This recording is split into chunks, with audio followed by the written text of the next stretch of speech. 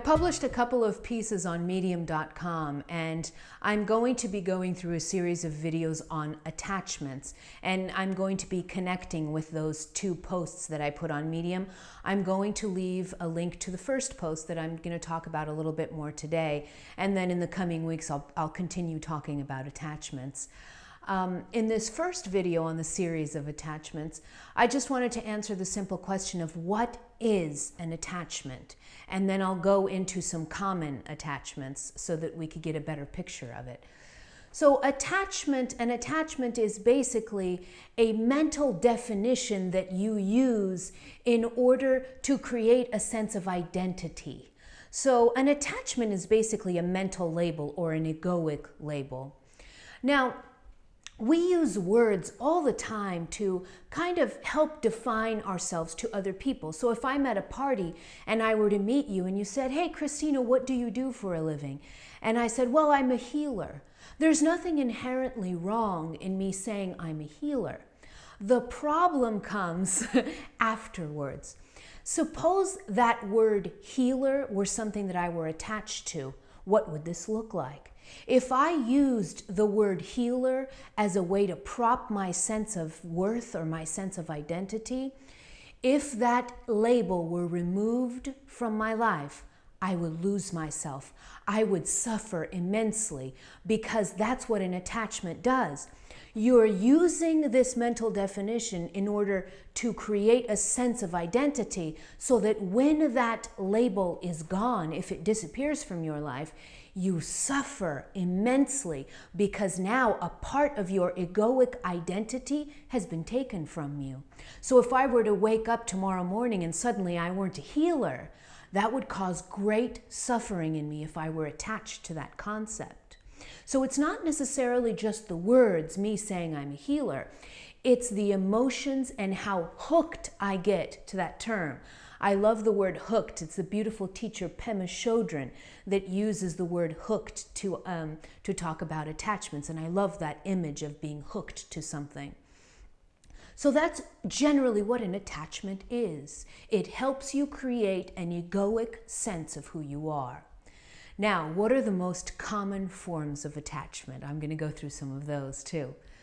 Probably the most common attachment that I see and that I get with clients and family and friends that ask me questions about attachments is attachments to people, especially romantic relationships.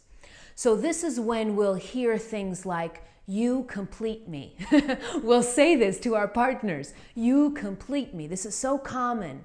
And that is an introduction to an attachment, a very profound attachment.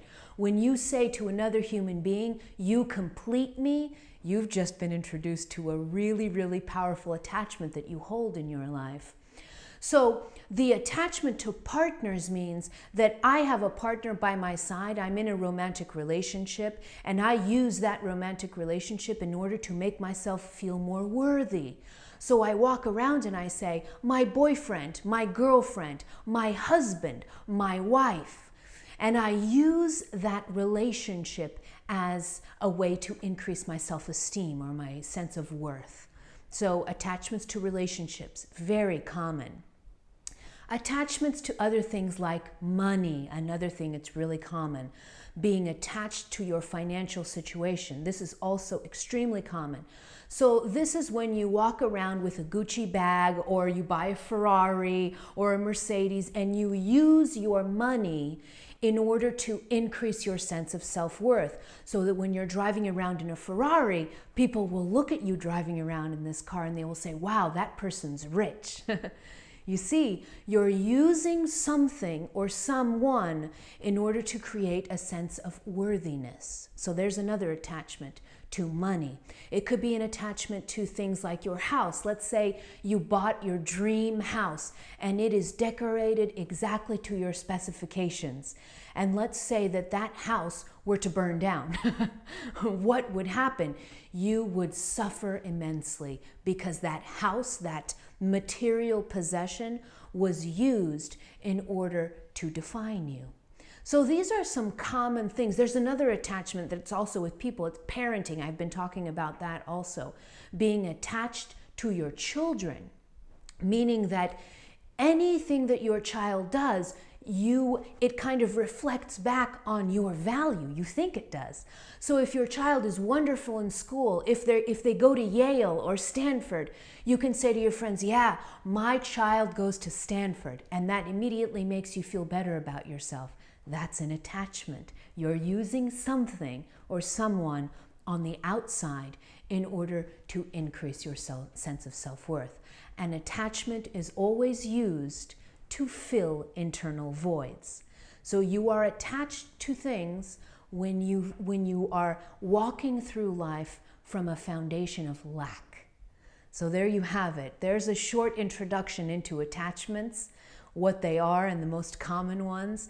And in the next videos, I'm going to keep talking about attachments because it's a topic that's really, I've been getting a lot of feedback on. So I'm going to keep talking about it. Have a great week, everyone.